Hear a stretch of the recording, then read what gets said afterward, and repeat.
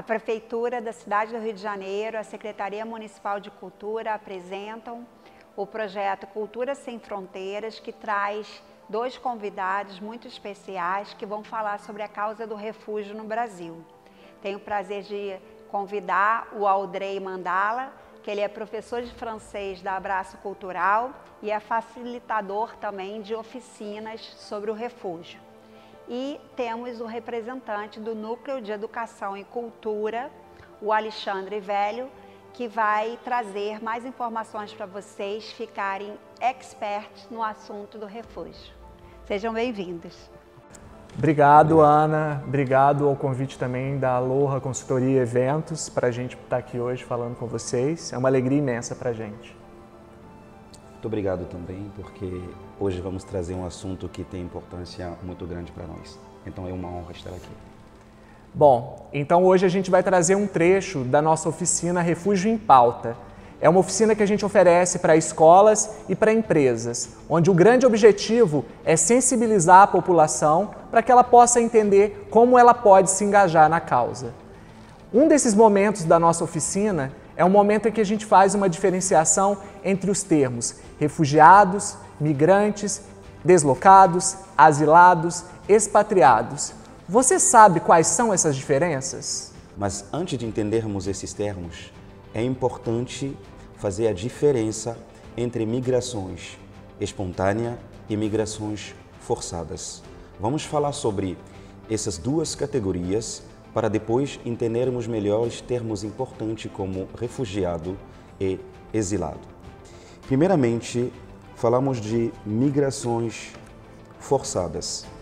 Então, uma pessoa migrante é uma pessoa que sai de um país onde ele emigra, porque está saindo de um país, e vai no outro país. Quando vai entrar no país, ele vai ser chamado de imigrante, porque está entrando no país. Agora, falando das migrações forçadas, temos termos como refugiado ou refugiada, um termo que se aplica a toda pessoa que foge do seu país, alegando fundados temores de perseguições com relação a sua opinião política, a sua religião, sua orientação sexual, por exemplo. No Brasil, isso pode ser aplicado também no caso de perseguição ou violação de direitos humanos. O segundo termo importante é solicitante de refúgio.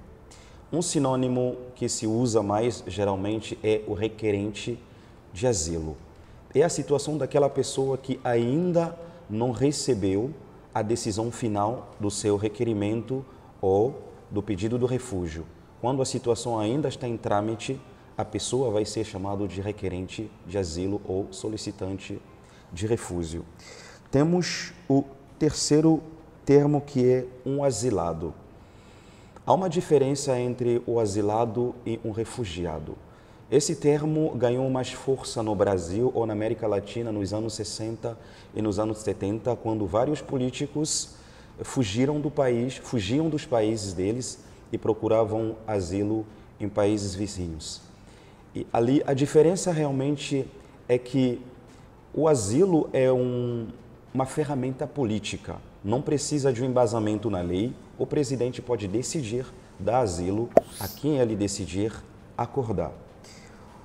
O quarto termo que nós podemos apresentar aqui são os deslocados. Um deslocado pode fugir pelos mesmos motivos que um refugiado, mas a diferença é que um refugiado vai atravessar fronteiras internacionais, saindo de um país para outro país. Só que o deslocado sai de um lugar para outro lugar, mas estando no mesmo país. E por fim, podemos dizer então que migrante é toda pessoa que sai de um lugar para outro lugar, mas refugiado ou asilado é uma categoria particular de migrante. E, por outro lado, então, a gente também vai ter a questão paralela a essa das migrações espontâneas. Qual que é a grande diferença entre as migrações espontâneas e as migrações forçadas? Por que há esse termo para diferenciar isso? Então, falando de migrações espontâneas, temos os termos como expatriado ou imigrante. Mas falamos do expatriado primeiro. Por definição, um expatriado é uma pessoa que sai temporária ou permanentemente para morar num país que é diferente do seu país de origem. Só que na prática isso é diferente. Por quê? Em relação a essa definição, se espera que qualquer pessoa que sair do seu país, independentemente da cor, do poder aquisitivo ou da sua nacionalidade, quando mora no exterior, deveria ser chamado de expatriado. Só que na prática, expatriado se aplica a um grupo pequenos, geralmente de pessoas de países de Ocidente, brancos, com poderes aquisitivos melhores, que saem do país para trabalhar fora do país. Enquanto a expressão imigrante se aplica às pessoas realmente numa posição menos favorável. Vou dar um exemplo. Se um engenheiro americano sair dos Estados Unidos para trabalhar na Espanha, ele é expatriado. Um marqueteiro inglês na Espanha vai ser expatriado, enquanto uma empregada doméstica que sai, por exemplo, das Filipinas para trabalhar nos Emirados Árabes vai ser chamado de imigrante. Se uma venezuelana sair para trabalhar na construção civil na Espanha, vai ser chamado também de imigrante.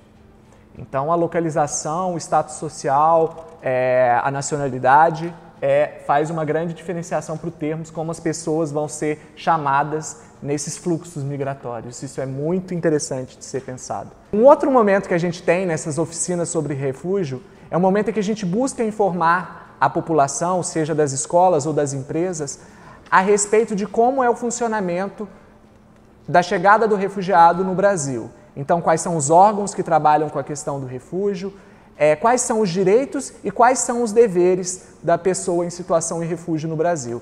E é um pouco sobre isso que agora o Odrey vai falar para a gente. Exatamente. Nesse momento nós falamos do papel do Estado e do terceiro setor. E começamos sempre apresentando o papel do Estado. Por quê? Toda pessoa para pedir o refúgio no Brasil precisa estar em solo brasileiro, no território nacional, para pedir o refúgio. É impossível fazer isso estando em outro país. Todo requerente de asilo ou solicitante de refúgio vai ter que lidar com dois órgãos aqui no Brasil. O primeiro é a Polícia Federal, o segundo é o CONAR. A Polícia Federal, em qualquer momento que a pessoa chegar aqui no Brasil, pode procurar a polícia para pedir a proteção do governo brasileiro. E o CONAR é um órgão que vai tratar esse processo e decidir no final se a pessoa realmente vai receber essa condição de refugiado ou não. Certo. Então, dentro desse panorama, depois de passar pelo CONAR, quais seriam então os direitos de uma pessoa em situação de refúgio? Então, uma pessoa em situação de refúgio, claro que tem direitos, mas tem também deveres. Eu gostaria de começar primeiro com os deveres que ele tem. Como brasileiro, ele vai ter o dever de respeitar todas as leis aqui do Brasil, vai ter o dever também de respeitar as pessoas, entidades e organismos públicos e privados. Mas um dever especial que ele vai ter é de renovar o protocolo provisório que ele vai ter na solicitação de refúgio. Então, vai ter um documento que vai ter que renovar cada ano, anualmente. E o segundo dever, que é especial, é que ele vai ter que informar sempre junto à Polícia Federal o endereço do domicílio dele. Agora, falando dos direitos que um solicitante de refúgio tem, ele tem os direitos como qualquer brasileiro aqui, por exemplo, o direito à educação, ele pode participar nas escolas públicas de ensino médio ou de fundamental, direito à saúde, do SUS, a não ser discriminado, a não sofrer violência, a praticar livremente a religião, livre trânsito pelo Brasil. Mas, além desses direitos, temos também os direitos que são particular a uma pessoa que solicita refúgio. O primeiro é a não devolução. Uma pessoa que solicita o refúgio no Brasil não pode ser extraditado para voltar no país de onde ele está fugindo. E o segundo direito é a não penalização pela entrada irregular. Uma pessoa que quer salvar sua vida pode usar qualquer meio para fugir e chegar no Brasil. Então, o Estado brasileiro não penaliza uma pessoa que chega, por exemplo, com os documentos falsos, por exemplo. Não vai penalizar, porque se entende a importância ou a urgência da situação. Entendido. Então, a pessoa em situação de refúgio tem os mesmos direitos do que um cidadão brasileiro. E, inclusive, isso é a questão trabalhista. Mas parece que para as pessoas em situação de refúgio, a questão do trabalho é um dos grandes entraves que elas sofrem quando chegam no Brasil. Exatamente. Quando um solicitante de refúgio chega aqui no Brasil, ele tem direito também a uma carteira de trabalho que é provisório, que vai ter que renovar, porque ele tem direito a trabalho. Porém, é um direito e um desafio ao mesmo tempo. Não é porque tem direito que ele tem acesso a isso. Isso acaba a ser realmente um desafio muito grande. Aqui entra a importância do terceiro setor, que realmente tem um papel muito relevante para ajudar essa população para ter acesso a esse direito ao trabalho. E falando nisso, eu gostaria aqui de apresentar alguns organismos que trabalham, por exemplo, o Chega Junto, diversas organizações que atuam para garantir o direito e acesso ao trabalho para as pessoas em situação de refúgio, como, por exemplo, a MAON, que desenvolve projetos de integração social e econômica para os refugiados. Temos também o Abraço Cultural, que dá uma formação pontual e continuadas para pessoas em situação de refúgios, para se tornarem professor, facilitador, para poder também trabalhar e se sustentar. Maravilhoso. Então é importante a gente aqui, nessa fala do Odrey, lembrar que, apesar de sermos signatários de um acordo de livre acolhimento das pessoas em situação de refúgio, é muito complexo ainda para que essas pessoas consigam ter uma vida digna. Então, o papel dessas empresas, dessas organizações do terceiro setor é fundamental para garantir esse espaço, né? Exatamente, exatamente. O terceiro setor realmente faz um papel muito importante para garantir a integração e a inserção desse público aqui na sociedade brasileira. E eu gostaria de encaminhar essa conversa para nós também, enquanto indivíduo. O que podemos fazer para apoiar esta causa? É uma boa pergunta. Você que está aí nos assistindo, como você pode se engajar, como você pode se empenhar por essa causa? E dentro do nosso projeto multiplataforma, nós temos o e-book, que é o culturasemfronteiras.com/e-book, e lá tem a relação de todas essas instituições que foram faladas aqui e outras mais, não só do Rio de Janeiro, quanto do Brasil, com diversas atuações para a causa do refúgio. E vocês podem saber também os contatos, fazer a comunicação com eles e fazer doação ou serem voluntários, tudo isso está ali descrito no e-book. Vão lá verificar. Nós agradecemos a presença dos convidados e, para encerrar, a gente solicita uma mensagem de incentivo de cada um de vocês para o público que está assistindo a gente. Esse encontro é de uma importância muito grande para nós, eu inclusive. Audrey Mandala, sou da República Democrática do Congo, cheguei aqui há 8 anos e trabalho no Abraço Cultural, que conseguiu realmente me ajudar nesse processo de integração no Brasil. Então, esse momento eu vou aproveitar, como eu disse antes, para chamar a sua atenção sobre esse assunto. Leve isso para a sua casa, para o seu trabalho. É uma forma também de apoiar a causa. Também gostaria de agradecer um evento importantíssimo para a gente poder conversar sobre isso. Acho que é importante sempre a gente lembrar, migração é um direito humano. Não vamos fazer a diferença de onde as pessoas vêm. Vamos seguir sendo esse povo acolhedor que a gente é. Muito obrigado.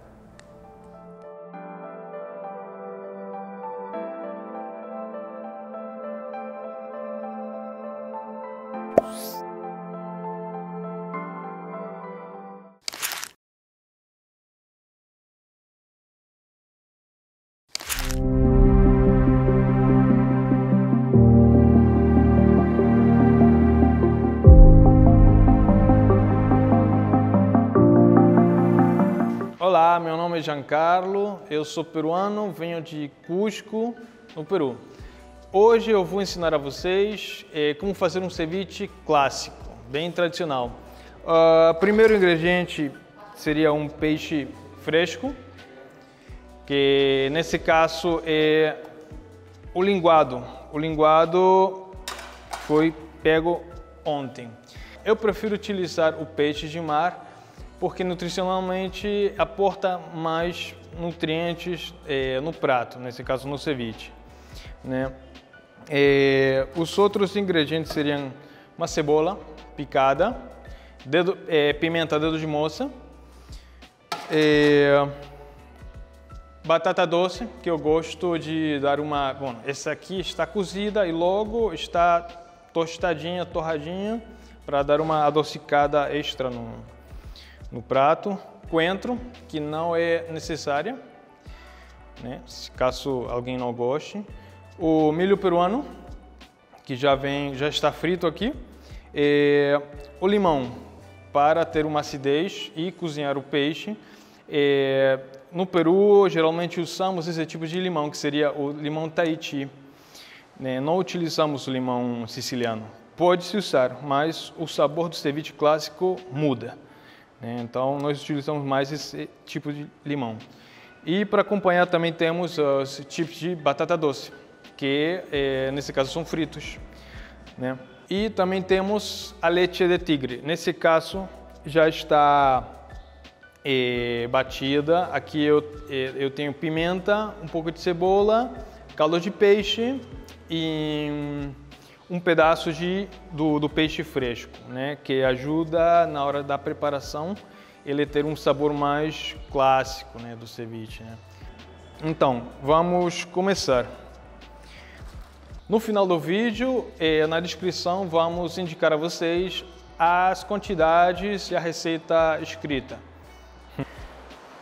Vamos começar com o peixe, né? Nesse caso, o peixe já está picado, fresco. Esse peixe é o linguado. Eu gosto de logo picar nesse caso, um pouco de talo de coentro.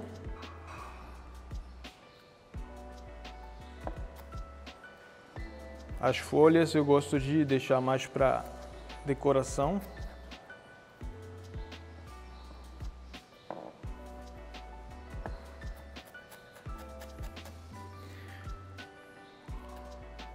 No caso, quando a gente está preparando o ceviche, é importante manter a temperatura do peixe, da preparação.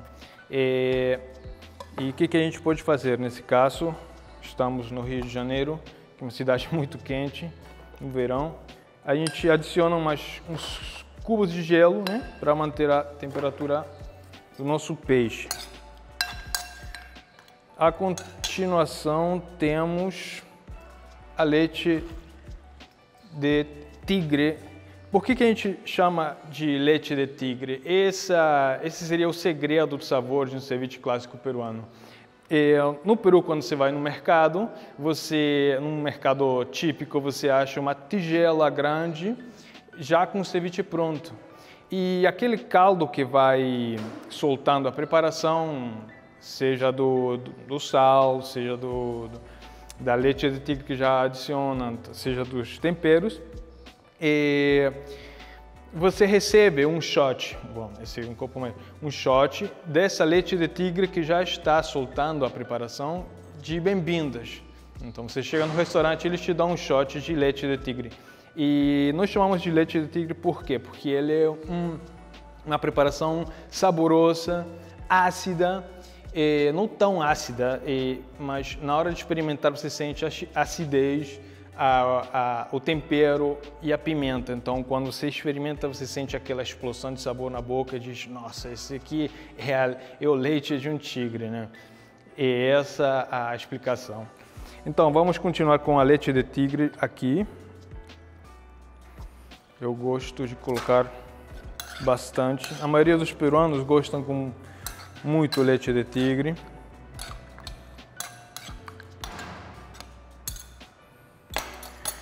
E pronto, podemos começar montando nosso prato, que já temos a maioria das guarnições prontas.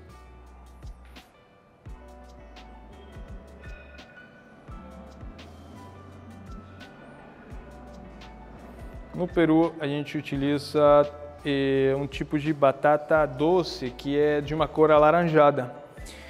E no Brasil a gente também tem, mas se não tiver em casa a gente pode usar essa, que é muito gostosa também. Logo agora vamos cortar o limão e espremer. Eu gosto de deixar o limão casca para o final da preparação para poder ter uma máxima frescura no prato. O sal também.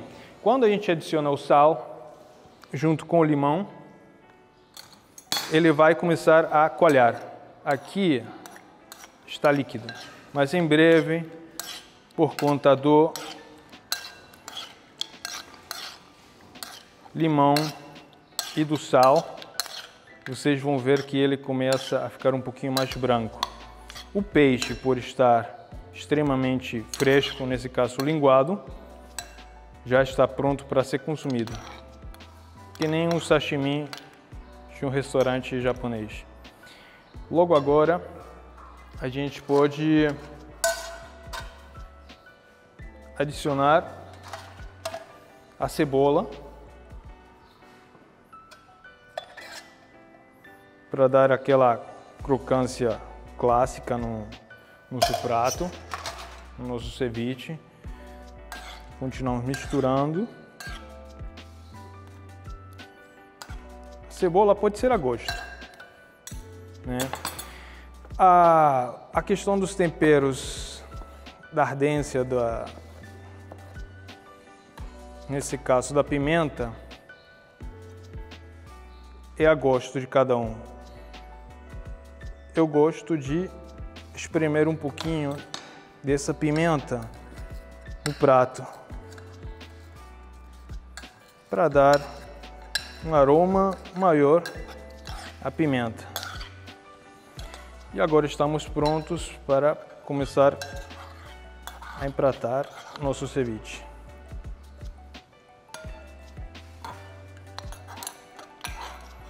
Sempre mantendo a frescura, pois deve ser um prato frio, perfeito para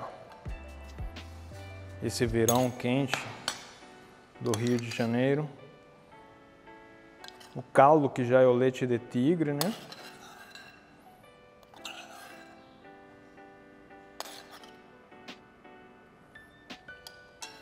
Esse ceviche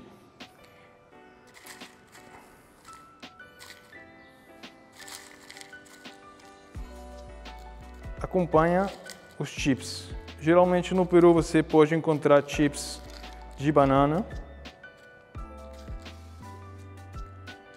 verde frita.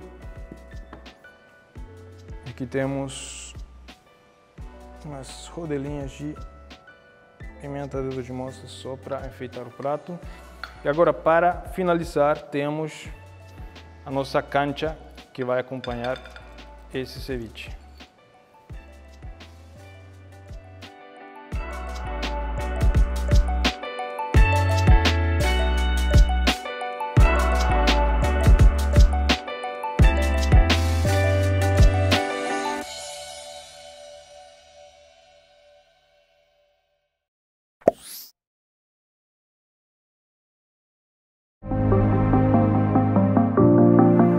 Hola, mi nombre es Margarita Campo, tengo 41 años y hoy les voy a enseñar a hacer un patacón relleno.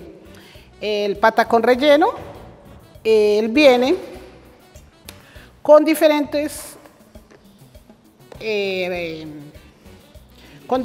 ingredientes, ¿no?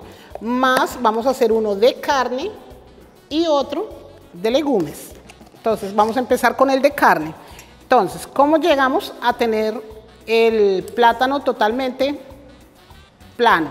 Entonces, cogemos en nuestras casas un plátano que ya esté totalmente maduro, lo cortamos en la mitad, colocamos una paila con el aceite totalmente caliente. Cuando él ya esté bien caliente, colocamos el plátano. Cuando ya esté medio dorado, no tan dorado, que se haya dorado un poquito, lo sacamos, lo escurrimos con una bolsa plástica, lo amasamos y él les debe quedar así, no de este color, ¿no? Él queda como un colorcito prácticamente así. Ya cuando lo volvemos a fritar, él va a quedar totalmente así, que es como si fuera nuestro patacón. Ahí, ¿qué seguimos haciéndole a nuestro patacón? Ahí colocamos la salsa, que es una salsa que nosotros hacemos en Colombia. Entonces, la cogemos y la esparcimos por nuestro patacón. Ahí. Luego, colocamos carne. Si queremos, le podemos agregar salsa de tomate, mayonesa. Es al gusto de la persona, ¿no? Yo poco le coloco salsa de tomate, solo cuando las personas me piden la salsa. Solo le coloco carne, queso. El queso ya es al gusto de la persona.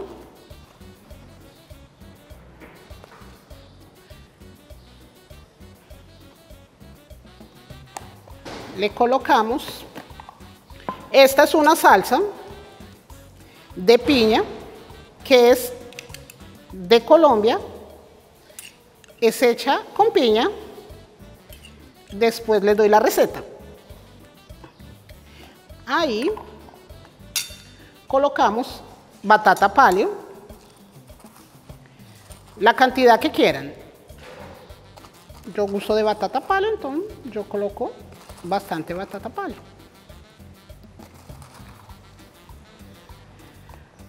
Ahí le podemos colocar salsa de tomate, mayonesa o simplemente le colocamos, muchas personas les gusta el ají, este ají es también hecho en casa.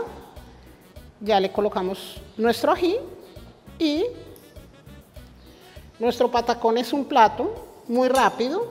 Él está pronto en 10-15 minutos, no demora más de 15 minutos. Podemos acompañarlo con carne, frango o legumes. Aquí tenemos unas legumes para aquí tenemos verduras para las personas que no gustan ni de pollo, ni de carne, ni de camarones, porque también podemos hacer nuestro patacón de camarones, de carne, con lo que queramos rellenarlo. Lo importante es el relleno que más nos guste. A mí me gusta mucho de carne, pero las personas que no gustan de carne, no les gusta la carne, hacen con otros, o también le pueden colocar solo queso, jamón, o solo queso, y cuando ya esté así, lo pasamos al microondas y pronto para servir.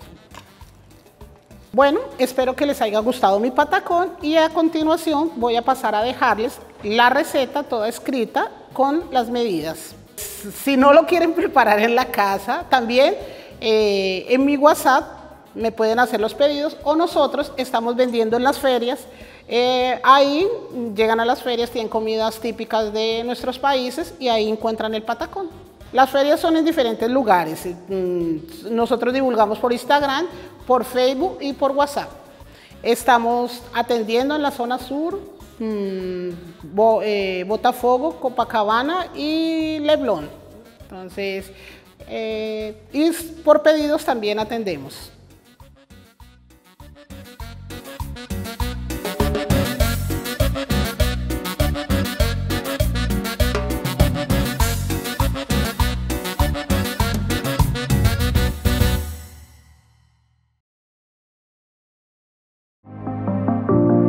Olá, meu nome é Omar, eu sou árabe da Síria, tenho 8 anos no Brasil, eu sou chefe da cozinha, especialista na área de comida árabe, e hoje vou demonstrar para vocês como fazer a pasta de grãos de bico, como a gente é o hummus em árabe. Então, para fazer o pasta, a gente precisa hummus. Vamos precisar desse grande bico, tipo desse, grande. E para fazer pasta você precisa molhar, colocar na água 24 horas, para outro dia para cozinhar mais rápido. E vai botar na panela de pressão e vai marcar mais ou menos meia hora quando começar a fazer barulho. Aí vai marcar meia hora e depois, quando passa meia hora, você vai apagar gás e vai colher o grão de bico, tira da água e você vai deixar ele esfriar e depois para trabalhar com ele frio, porque se você botou quente, pode estragar para você seu liquidificador e faz problema. Então, quando o grão de bico está frio, a gente vai botar no liquidificador e vai botar, por exemplo, a gente usa tahine, que ela é feita de gengibre, e a gente usa também limão e bota também alho e um pouco de sal. E a gente vai mostrar tudo junto até ficar assim, igual esse tipo assim, basta, né? Aí a gente depois, quando vira assim, basta, pode guardar na geladeira, 2, 3 dias, não tem problema. E depois, quando você precisar, só tira da geladeira, aí bota no seu prato, assim faz bonitinho. E você desenha como você gosta. Eu desenho assim.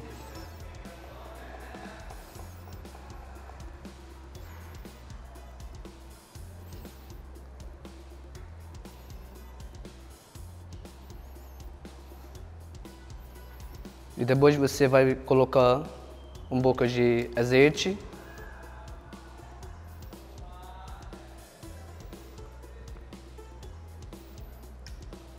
E pode colocar o que você quiser, salsa, tomate, o que você quiser. Eu gosto de colocar um pouco de grão de bico.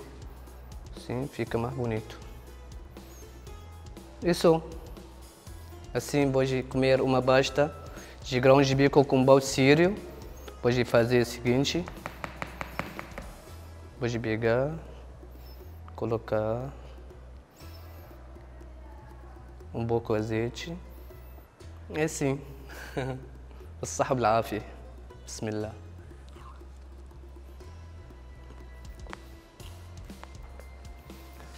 E também esse prato tipo desse pasta, a gente é muito famosa no nosso país, né? A gente pode colocar no café da manhã, no almoço, na janta. É muito bom servir com qualquer tipo de carne, ou frango. Pode fazer lanche vegetariano com bolinhos de grão de bico. Também pode até fazer outro tipo de comida desse o grão de bico, né? Aqui onde eu trabalho, aqui no Brasil, eu trabalho com chefe da cozinha, então eu cozinho bastante e faço pratos vários.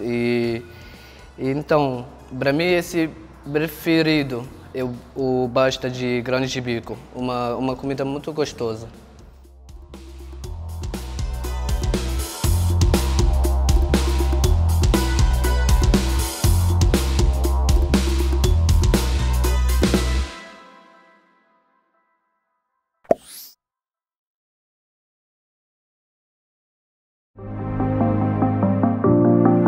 Olá, sou Mohamed, sou da Síria. Hoje eu vou falar um pouco sobre um prato muito famoso no Oriente, na Síria, Líbano, Palestina. Se chama falafel. Ele é feito de grão de bico. A gente coloca grão de bico de molho 12 horas para ele dobrar de tamanho. Depois a gente moe ele com cebola, alho e coentro, para ficar nessa textura. E para modelar ele, a gente tem uma forma, se chama forma de falafel. Agora eu vou fazer um para mostrar como a gente faz. A gente faz nessa forma. Só ajeita ele dos lados para ele não ficar abraçado. Se ele ficou abraçado, ele vai ficar maçudo por dentro. A gente coloca ele no óleo quente, nessa forma, direto no óleo. E quando ele pegar um cor, A gente diminui o fogo para ele tentar ficar cozinhando por dentro para não queimar de fora. Depois que ele fica frito, ele fica nessa forma assim. A gente desenha ele com um pouco de gergelim, ou tem pessoas que não gostam, então não colocam. Por dentro, a textura dele fica assim. E também ele é muito famoso como um sanduíche. Que vem pão árabe, salada, molho de tahine e um tempero especial da Belachina, que se chama sumá. Ele tem um gosto meio ácido e dá um toque bem diferencial. Esse prato é muito famoso como um sanduíche. Agora eu vou mostrar como a gente faz. A gente pega o balseiro, coloca ele, coloca o falafel,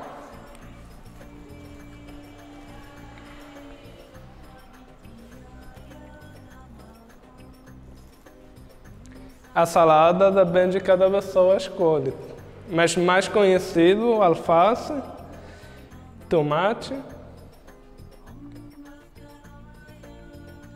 e pepino.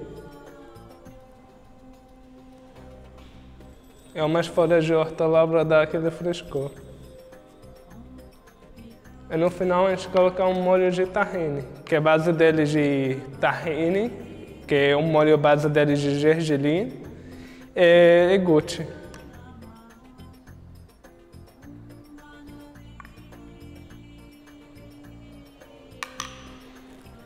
E tem tempero sumá, que a gente coloca ele para dar aquele azudez.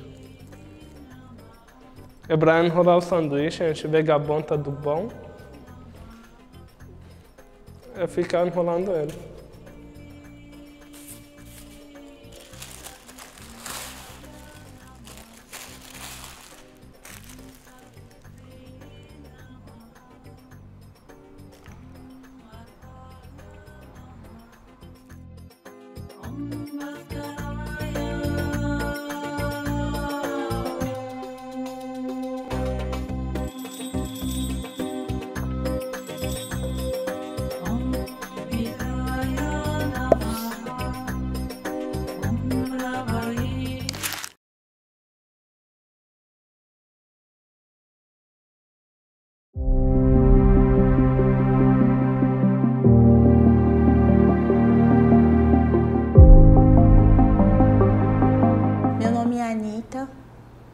Lastelle Renofá Aguaçu, tudo isso é meu nome.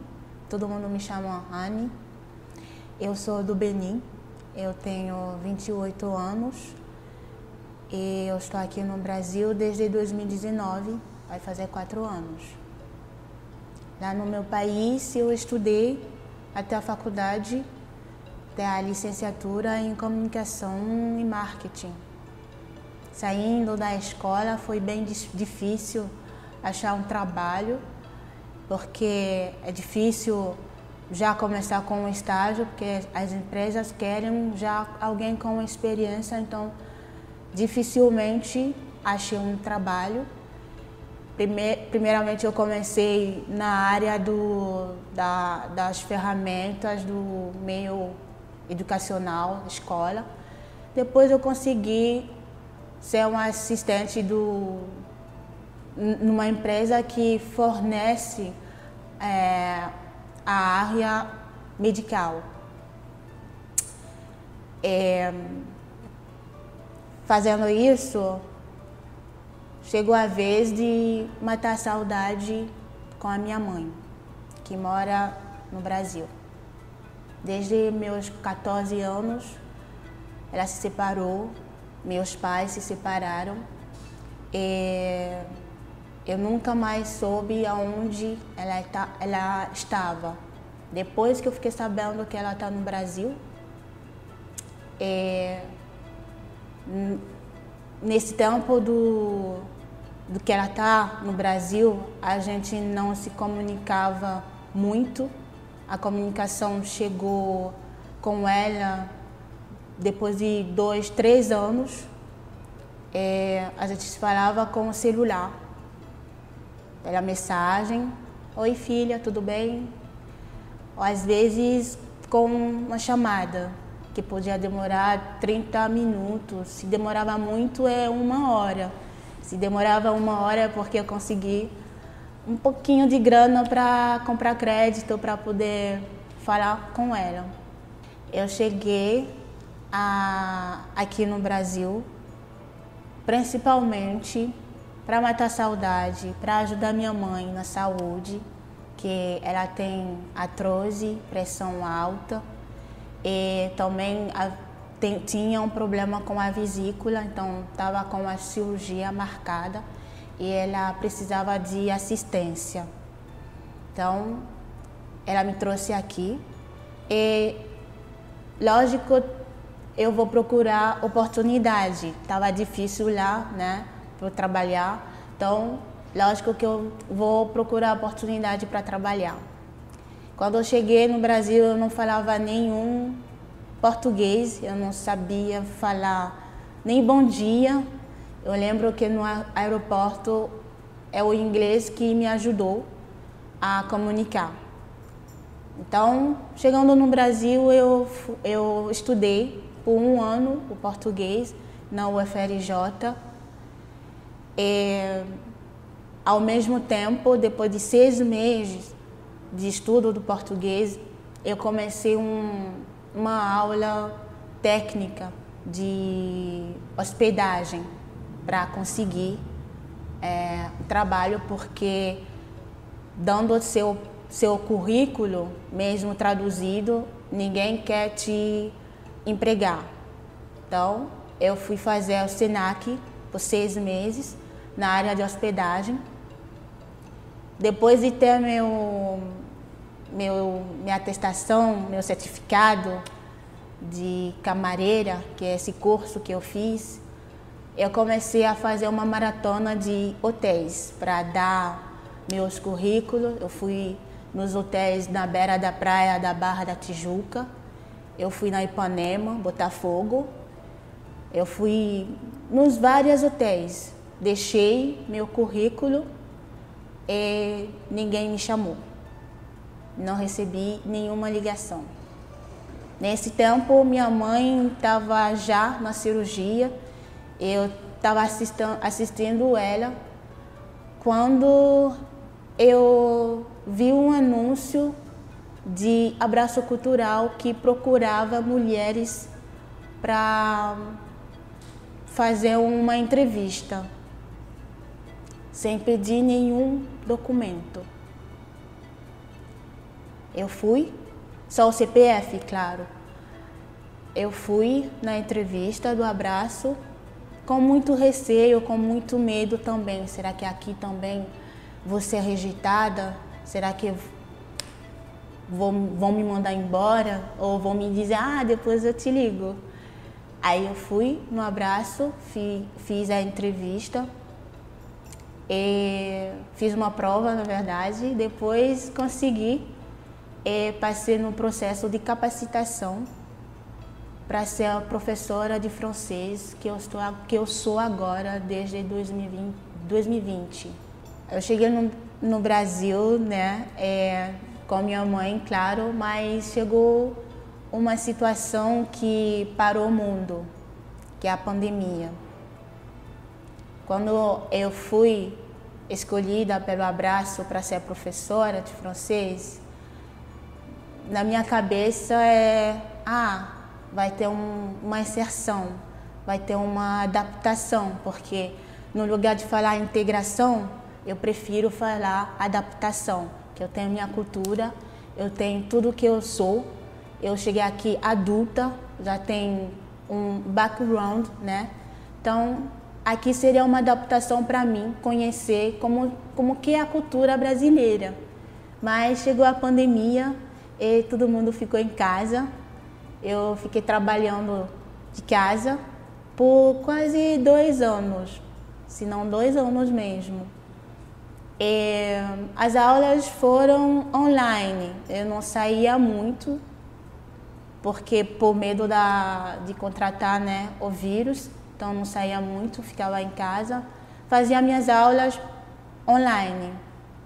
E posso falar que A adaptação foi com as aulas online, porque eu podia interagir com meus alunos que são brasileiros, na maioria são brasileiros.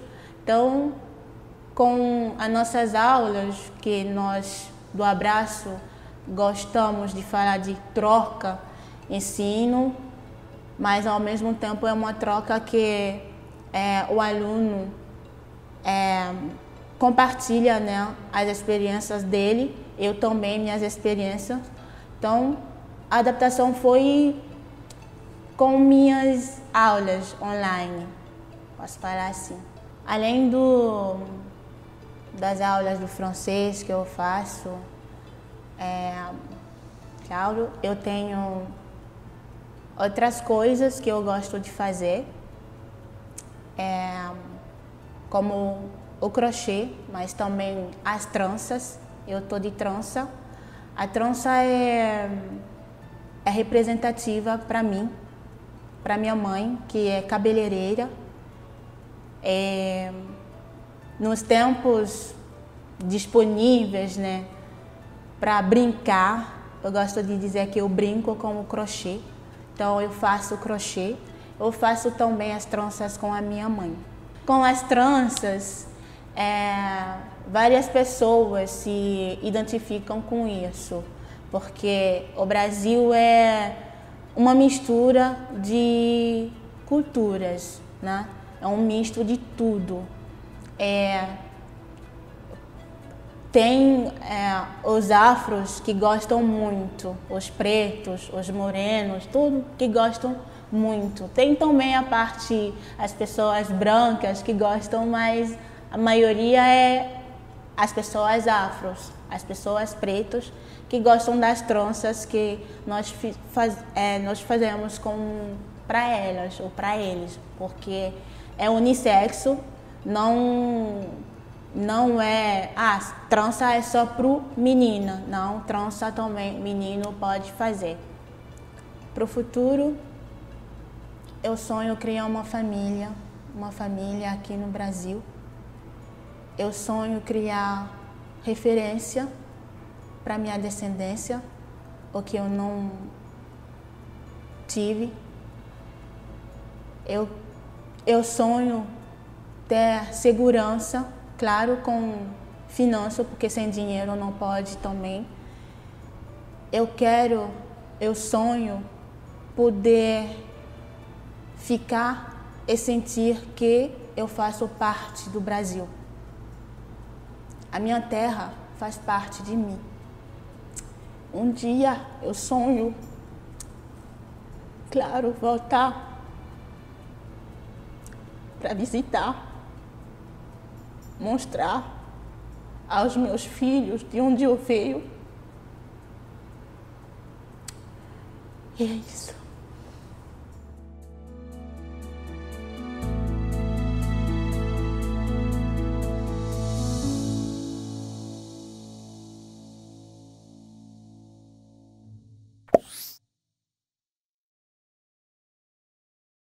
Eu sou Stefan Gero, meu nome artístico é Dandy, tenho 25 anos, sou beninense e estou morando aqui no Brasil há 4 anos já. Do Benin, eu sempre gostei do Brasil, eu sempre gostei do país, da cultura daqui. E chegou um momento que minha irmã viajou para cá para estudar. Eu quis fazer a mesma coisa também. E depois de um tempo eu viajei para cá para estudar e acabei gostando mais do que estudar aqui, morar aqui, estou vivendo aqui agora. Para falar a verdade, o estudo foi só uma desculpa, porque eu estava querendo estudar aqui, claro, mas não é o único motivo não, entendeu? Sim, estudar, claro, para ter um diploma, mas além do estudo, eu estava querendo também conhecer essa cultura brasileira, entendeu?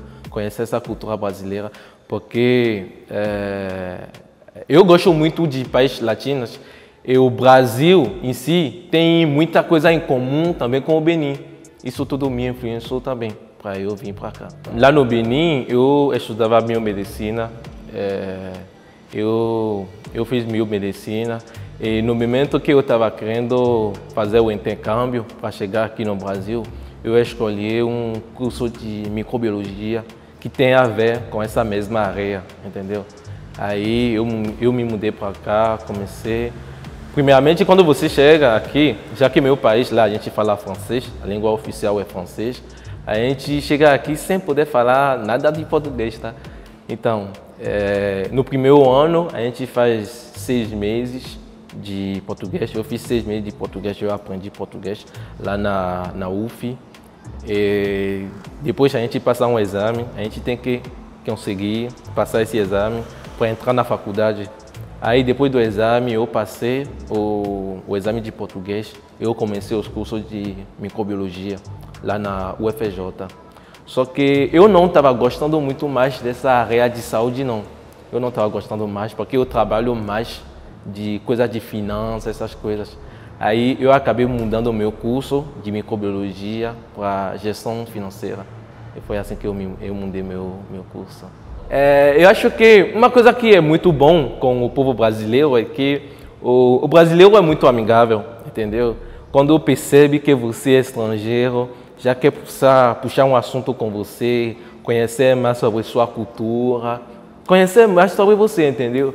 E esse exercício ajuda muito a gente a praticar português. Porque não adianta ficar aprendendo português na faculdade e você vai poder falar, não. Você tem que praticar, conversar, tem essa facilidade de falar a língua, entendeu? E a gente só consegue, por exemplo, eu só consegui isso com essa prática de conversar com brasileiros, tentar me expressar mais.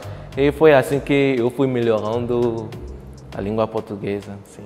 O meu maior desafio, acho que foi a língua. Foi a língua porque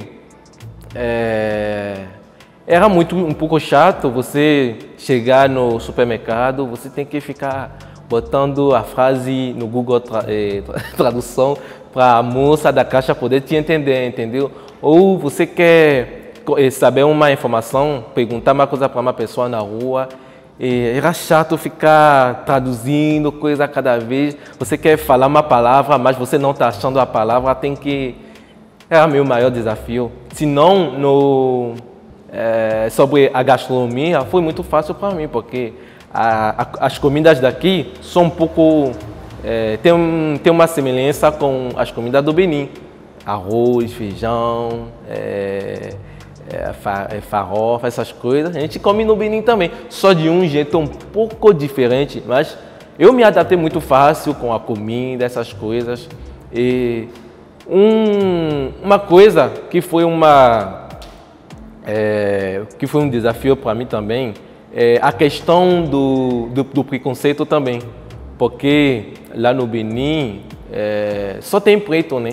As únicas pessoas que são brancas são de fora. Então, não tem muito esse negócio de preconceito, de racismo, não, lá não tem. Só que aqui, quando eu cheguei aqui no Brasil, tipo, saber lidar com a questão de você é preto, não pode fazer algumas coisas, não pode frequentar alguns lugares para te confundir com bandido, essas coisas. Então, foi uma pequena parte também que não foi um desafio não, mas eu me liguei rápido, eu comecei a saber como me comportar, entendeu? Porque lá no Benin não tem isso, então foi uma coisa que eu aprendi também aqui. Então, demorou um pouco para eu começar a focar na carreira musical, porque, como eu falei, eu estava querendo fazer as coisas certas, entendeu? Lá no Benin, eu cantava assim, eu lançava música, mas não era de um jeito profissional, não, entendeu? Era só, eu tive uma vibe, eu vou no estúdio, eu gravei a música e tal, eu lancei no YouTube, compartilhar com amigos. Era uma coisa muito básica, entendeu? Então, eu estava querendo fazer as coisas de um jeito mais profissional. Aí foi por isso que eu demorei um pouco para continuar na minha carreira musical aqui no Brasil.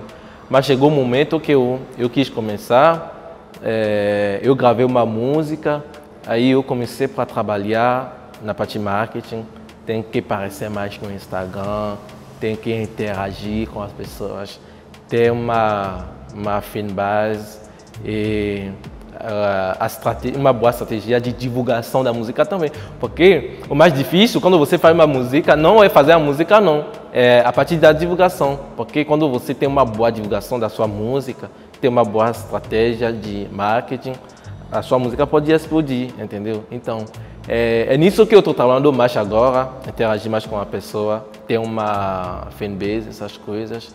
E estou participando mais de eventos que tem a ver com a nossa cultura negra, né? Que tem a ver com a cultura negra, porque meu gênero é Afrobeat. E o Afrobeat tem mais a ver com o povo preto, entendeu? Então eu estou começando agora participar, interagir mais com essa galera afro para poder crescer meu público, entendeu? Então é isso, mas no futuro com certeza vai ter mais lançamento do Dandy BJ, vai ter mais coisas e espero que os brasileiros gostem. Eu acho que o Brasil é uma mistura de cada continente, entendeu? Um pouco do africano, um pouco da América, um pouco da Europa, da Ásia também. Então, é uma boa mistura e parece que cada estado do Brasil você vai descobrindo outras culturas. Então, essa cultura também é uma coisa que eu gosto muito com o Brasil. Tem muita coisa para você descobrir, tem muita coisa para você conhecer. É uma coisa que eu gosto muito com o Brasil também. Belo que tu m'as c'est faire un vœu. Oh la zombie me demande ses noms de. Quand t'es près de moi, moi je fais des envies. Ouais, baby, mais d'accord, tout c'est rageux. Morena autisme, à toi de choisir. Petite et sap, ouais, vas-y baby. Et bon la pramie toute la nuit. Mais du fond qui fait des gâteries. Ayato koroche. Ayato koroche. Ayato koroche. Ayato koroche.